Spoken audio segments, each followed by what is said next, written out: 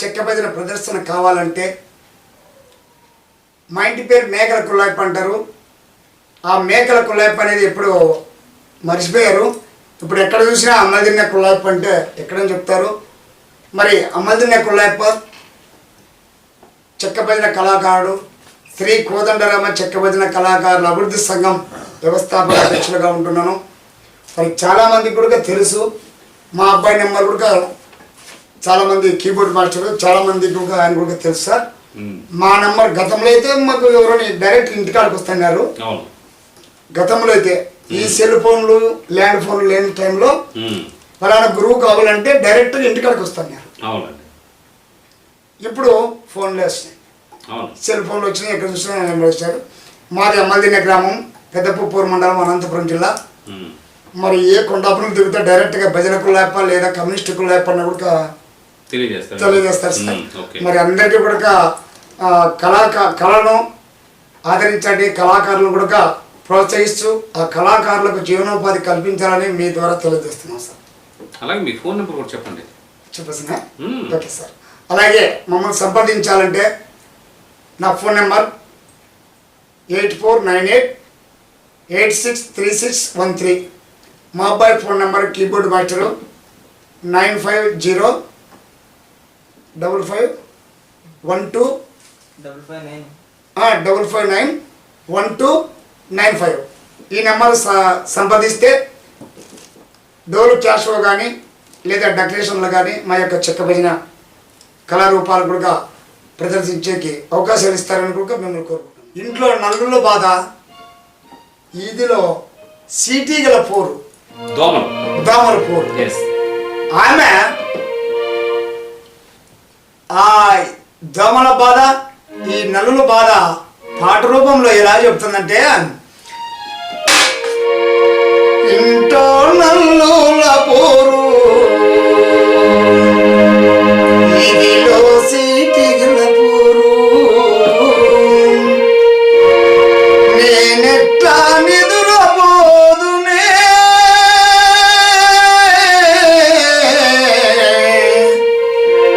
ఓ నల్లెమ్మ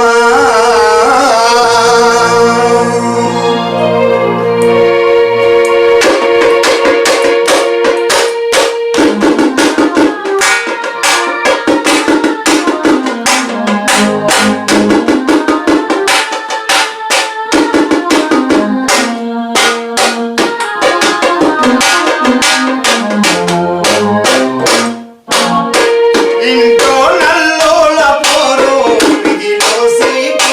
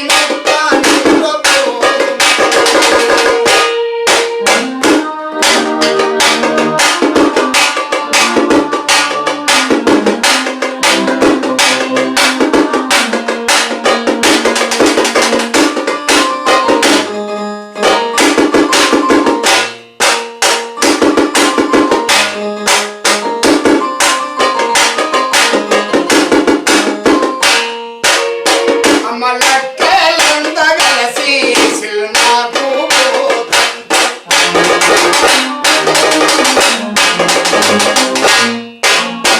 అమ్మ లెక్కలంతా కలిసి సినిమాకు అమ్మ లెక్కలంతా కలిసి సినిమాకు చిడు కింద నీవు దాగి కుట్టి కుట్టి చంపుతావు చిడు కింద నీవు దాగి కుట్టి కుట్టి చంపుతావు నేనెట్లా సినిమా చూస్తూనే ఓ నల్లమ్మ నేనెట్లా సినిమా చూస్తూనే నేనెట్లా సినిమా చూస్తూనే ఓ నల్లమ్మ నేనెట్లా సినిమా చూస్తూనే. అప్పటి జానపదులు నల్లి మీద పాట, దోమల మీద పాట, ఎంతో అద్భుతమైనటువంటి ఆలోచన పరమైనటువంటి జానపదాలు అవి. అయితే అప్పుడు ఆ రకమైనటువంటి ఆనిముత్యాలు లాంటి జానపదాలు ఉంటే ప్రస్తుతము ఉన్నాయి పాటలు. కాకపోతే అది ప్రాచీన జానపదం, ఇప్పుడు ఉండేటి ఆధునిక జానపదం. అలాగేనండి గులాబీ గారు, చాలా బాగా ఉంది పాట. అలాగే మీరు ఈ క్రమంలో అంటే ఈ చెక్క భజనను నేర్పించే క్రమంలో అవును సార్. మీ కుటుంబ ప్రోత్సాహం ఎలా ఉందండి?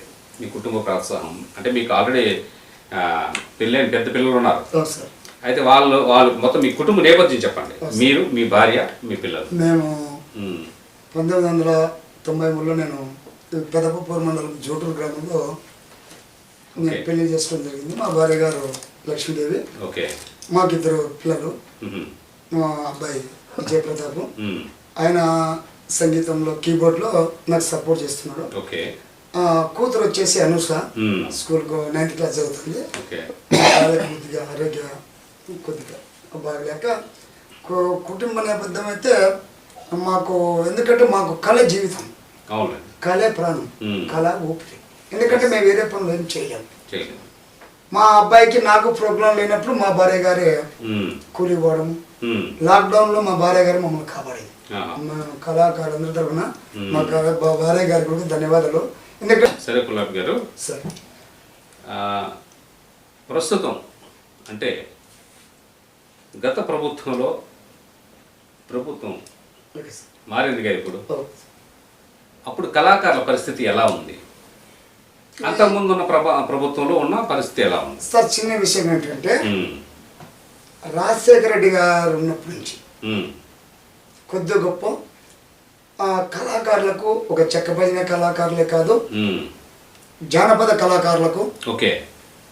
ప్రతి ఒక్కరికి జీవనోపాధి కల్పిస్తుంది. మ్మ్. రోసయ్య గారు కానీ, కిరణ్ కుమార్ రెడ్డి గారు కానీ, ఉమ్, అటు పైన మళ్ళీ చంద్రబాబు నాయుడు గారు కానీ, ఉమ్, మరి మా కళారత్నం నందమూరి తారక రామారావు, ఆయన మంచి కళాకారులు, ఓకే. పూజ్యులు, ఉమ్, మా కళారంగానికే వన్య తెచ్చినటువంటి మహాపురుషుడు ఆయన. అవును. వాళ్ళందరూ వేరు. మ్మ్. తర్వాత మన వైఎస్ జగన్మోహన్ గారు ప్రభుత్వం వచ్చినప్పటికీ ఉమ్, కళాకారులు అంటే నేను మాటలు చెప్పలేనంత బాధ. నాకు చంద్రబాబు నాయుడు గారు ముఖ్యమంత్రి ఉన్నప్పుడు ఈ హౌస్ నాకు ఛాన్స్ చేశారు. ఇల్లు. మేమే పార్టీలకు ఎక్కడ అతీతం లేదు సార్. అవును. పార్టీలకు అక్కడ మేము అతీతం. జగన్ గారున్నా, చంద్రబాబు నాయుడు గారున్నా, ఇంకో ఎవరున్నా కానీ మా కళాకారులు అందరికీ కళాకారులకు ఏ పార్టీని ఆరాధించుకోండి. మరి నాకు ఇబ్బంది పెట్టడం జరిగింది సార్. ఉహుం, ఎప్పుడైతే చంద్రబాబు నాయుడు గారు మాకు ఇక్కడ, నేను ఊర్లో 10 మందికి తలలో 4 లాగా ఉంటాను ప్రతి ఒక్కరికి, కళాకారుని కాబట్టి అందరికీ కావాల్సిన వ్యక్తిని. అవును. అలాగే చంద్రబాబు నాయుడు గారి ప్రభుత్వ హయాంలో ఉమ్, గ్రామ దర్శిని, జన్మభూమి, శ్రమదానం ఈ కార్యక్రమాలు చేసినాం. ఓకే. అందరూ చేశారు. నాకు ఒకరికే కాదు, అవునండి. సకల కళాకారులకు కూడా మొత్తం రాష్ట్రం మొత్తం చేశారు. ఆ గత ప్రభుత్వాలలో చేసినారు. ఉమ్, సో ఇక్కడ ఏమైందంటే ఆయన ఏమో అవగాహన లేదో మరి ఏమో మనకు తెలియదు కానీ ఉమ్. ఎవరికి కానీ పట్టమని 10 రూపాయలు పెన్షన్ మంజూరు చేసి ఈ 5 సంవత్సరాలు కూడా మీకు ఏం లేదు లేదా? సార్. దీనిపైన నేను పోరాటం చేశాను. ఉమ్, అర్హత లేని వాళ్ళ కళాకారులందరికీ చాలా మందికి వచ్చినాయి, ఆ, చాలా మందికి. నేను చంద్రబాబు నాయుడు గారి హయాంలో ఉమ్, 1200 మంది కళాకారులకు నేను పెన్షన్లు ఐడెంటి కార్డులు మంజూరు చేయించాను. ఆ, డ్రైవర్లకు ఇస్తున్నారు, నాయ బ్రాహ్మణులకు ఇస్తున్నారు, సాగరణాలకు ఇస్తున్నారు, చెప్పులు కుట్టాయనికి ఇస్తున్నారు. మరి మేమేం పాపం చేసాం సార్ చెక్క భజన కళాకారులు పట్టించుకుని అంటే ఎక్కడే కానీ ఎటువంటి స్పందన లేదు. నా మీద కేసులు పెట్టారు. అనంతపురంలో కన్నీటి దీక్ష కార్యక్రమం చేశారు మా మిత్రులు. ఆ కార్యక్రమానికి నన్ను రానికోండి చేశారు. గతంలో ఉన్నటువంటి డిపి రావు గారు దాటండి దమ్మక్కని వేశారు. ధర్నా చేశాను. చరిత్రలో ఎందరో మహానుభావులు ఉన్నారు కళాకారులు. ఎన్నో రాజకీయ పార్టీలు ప్రభుత్వాలు అధికారులకు వచ్చి చేసిన, కానీ గతంలో ఈ వైఎస్ జగన్మోహన్ రెడ్డి గారి ప్రభుత్వంలో నడి రోడ్డుకు వచ్చారు. అది జగన్మోహన్ రెడ్డి గారి వల్ల రోడ్డు మీదకి వచ్చారో తెలియదు, లాక్డౌన్ వల్ల రోడ్డు మీదకి వచ్చారో తెలియదు, కానీ మొత్తానికైతే ఇబ్బంది చాలా మంది అనంతపురం జిల్లాలో 38 మంది చచ్చిపోయారండి నా కళ్ళతో. కళాకారులు అన్నం లేదు. ఫస్ట్ లాక్డౌన్ లో నా పేరు చెప్పి అక్కడ వేసి మేము వసూలు చేసుకున్నాము.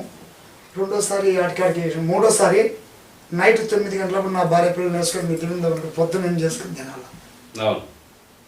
నాకు ఏం పాలు తీస్తారు. 10:30 ఈరోజు కళారంగంలో రాణిస్తున్నటువంటి గద్వేల్ రవితేజ్ గారు ఆయన విమర్శించడం లేదు కదా. నైట్ 10:30 ఫోన్ చేసి సార్ నాకు ట్యాబ్లెట్లు లేదు సార్, ఎట్లగానో ఒక 500 పంపించండి సార్ అన్నాడు. సార్ నా మీడియా ద్వారా మీ ద్వారా తెలుస్తున్నాను, నా కుటుంబం ఆర్థిక పరిస్థితులు ఎప్పుడు ఇబ్బంది పడేలా సార్.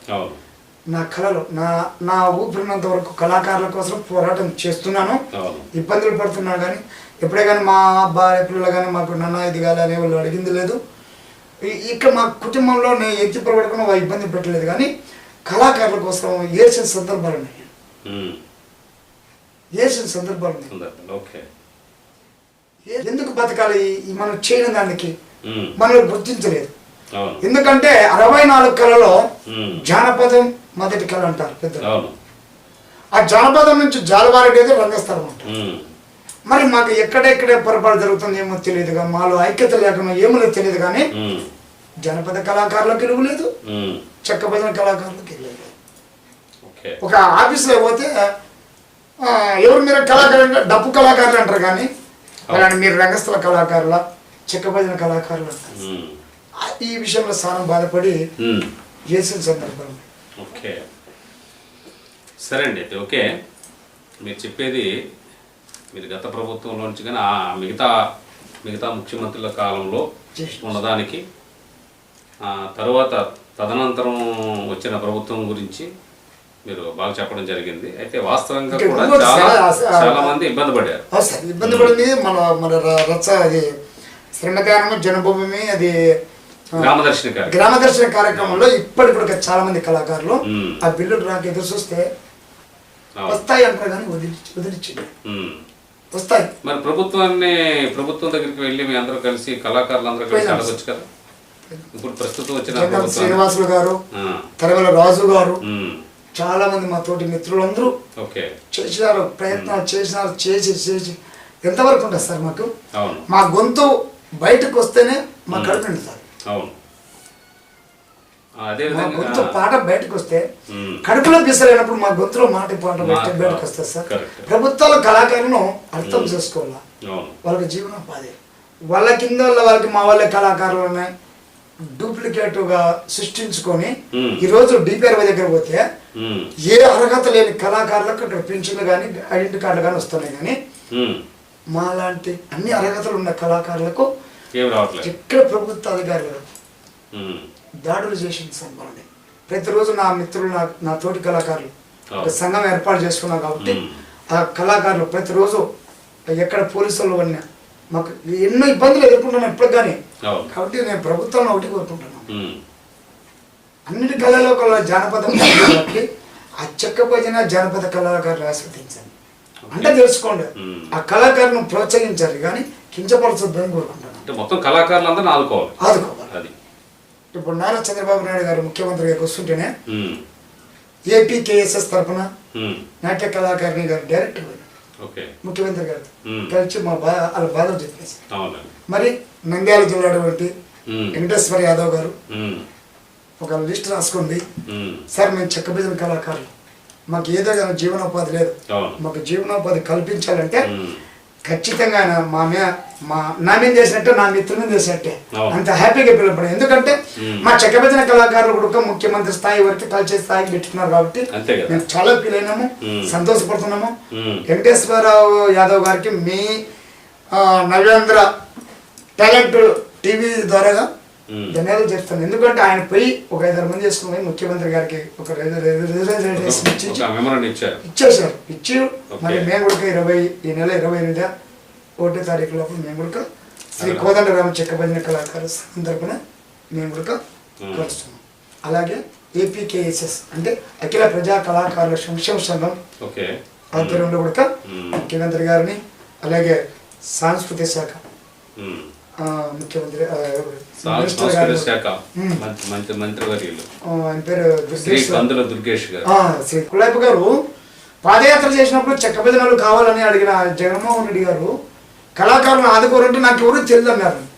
అంటే చెక్క భజనలే తెలుదు, చెక్క రంగస్థలము తెలుదు, డప్పు కళాకారులని మా అసలైన కళాకారులు కడుపులు కొట్టి వాళ్ళు డప్పు కళాకారులుగా ఇప్పుడు పెన్షన్ తీసుకున్నారా? తెచ్చుకున్నారు. ఓకే. మా ఊర్లోనే మ్మ్. మా ఊరు స్వగ్రామంలోనే 15-16 మంది ఉన్నారంట. ఇక్కడ డప్పు కొట్టే వాళ్ళు ఉంటే 10 మంది ఉన్నారు. మ్మ్. నేను డప్పు కొడతా సార్. మీకు డప్పు పెన్షన్ రావట్లేదా? లేదు, మీరు డప్పు ప్రావీణ్యత ఉండి కూడా ఉండి కూడా లేదు. మ్మ్. మాకు మంచి గుర్తు చేశారు, థ్యాంక్ యూ సార్. మ్మ్. మాకు గుర్తింపు కార్డు ఇవ్వండి అని మేము సచివాలయంలో పోతే మ్మ్. మాకు పింఛన్ ఇవ్వండి సార్ అంటే, అవును. ఎవరు మీరంటే మ్మ్. నేను శ్రీ కోదండరామ చెక్క భజన కళాకారుల అభివృద్ధి సంఘం వ్యవస్థాపక అధ్యక్షులు సార్ నేను. మ్మ్. మరి మా కమిటీ వారికి కానీ ఏమి పెన్షన్లు కానీ లేదా ఐడెంటిటీ కార్డులు కానీ లేదా పక్క ఇల్లు నిర్మించి ఇవ్వాలని మ్మ్. అంటే వెల్ఫేర్ అసిస్టెంట్ గారు మ్మ్. మా ఇంట్లోకి వచ్చి ఎంక్వైరీ చేశారు. మ్మ్. నా డప్పు, నా చెక్కలు, మా కీబోర్డ్, మా అబ్బాయి మ్మ్. అన్ని చూసి చెక్ చేసిపోయి మహానుభావుడు మళ్ళీ తిరిగి ఇచ్చి చెప్పింది. మళ్ళీ తర్వాత వచ్చి మళ్ళీ మీకు ఎటువంటి చూసిందా? ఇన్ఫర్మేషన్ లేదు. మరి మన గౌరవనీయులు ముఖ్యమంత్రి వర్యులు ఒక్కొక్కరికి 7,000 6,000 ఇచ్చిన సందర్భంలో నాకు ఎదురయ్యాడు. నాకు ఆ లిస్ట్ కావాలంటే నోరు తడబడుతున్నాడు ఆయన. మ్మ్. నోరు తడబడుతున్నాడు. మ్మ్. అంటే అర్హత లేని వాళ్ళందరికీ పెన్షన్లు మంజూరు చేశారు. ఓకే. సరే అండి కులాబ్ గారు, మీరు డప్పు కళాకారులు కాబట్టి డప్పులో కొన్ని వరుసలు ప్లే చేయండి. నేను ఫ్రీగా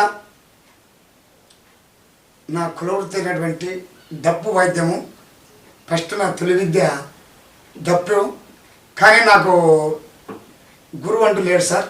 అవునండి. ఈ డప్పు వాయించడంలో గురువు అంటూ లేరు. మ్మ్. మరి బాలనారాయణ గారు మా ఊరిలో ఒక ఆయన ఉన్నాడు. మ్మ్. ఆయన తోడుతో పోయి మ్మ్.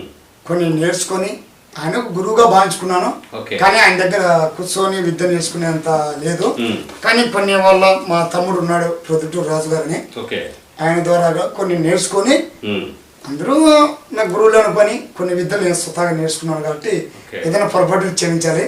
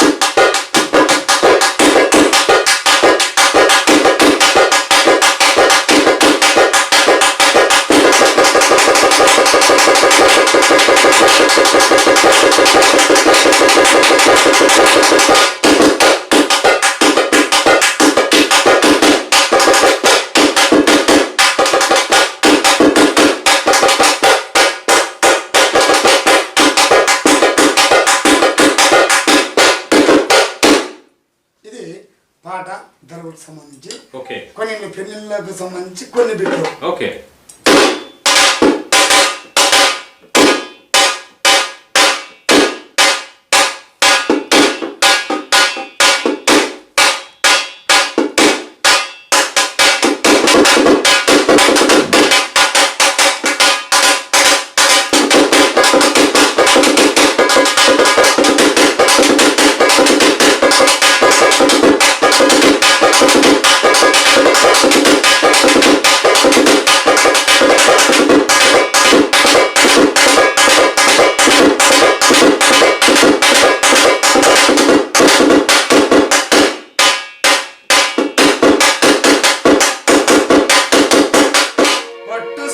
గట్టి బుట్ట సంఖ్యన పెట్టి కట్టుంటి పోయేదానా మళ్ళీ నీటుగా పోయేదానా ఈ తట్టు చూసి నోడు తప్పుకులైతాడు నా జంట వస్తావే జనా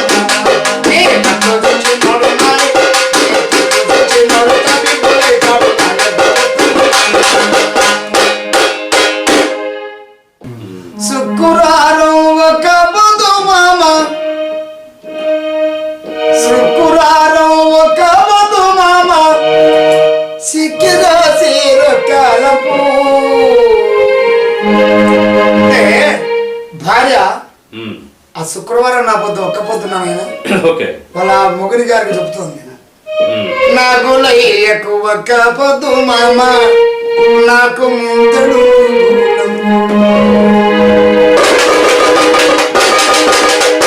శుక్రాలు ఒక్క పొద్దు మామ చక్కెర చేరక్కలు శుక్రాలు ఒక్క పొద్దు మామ చక్కెర చేరక్కలు నాకు లయ్య నాకు లయ్య ఒక్క పొద్దు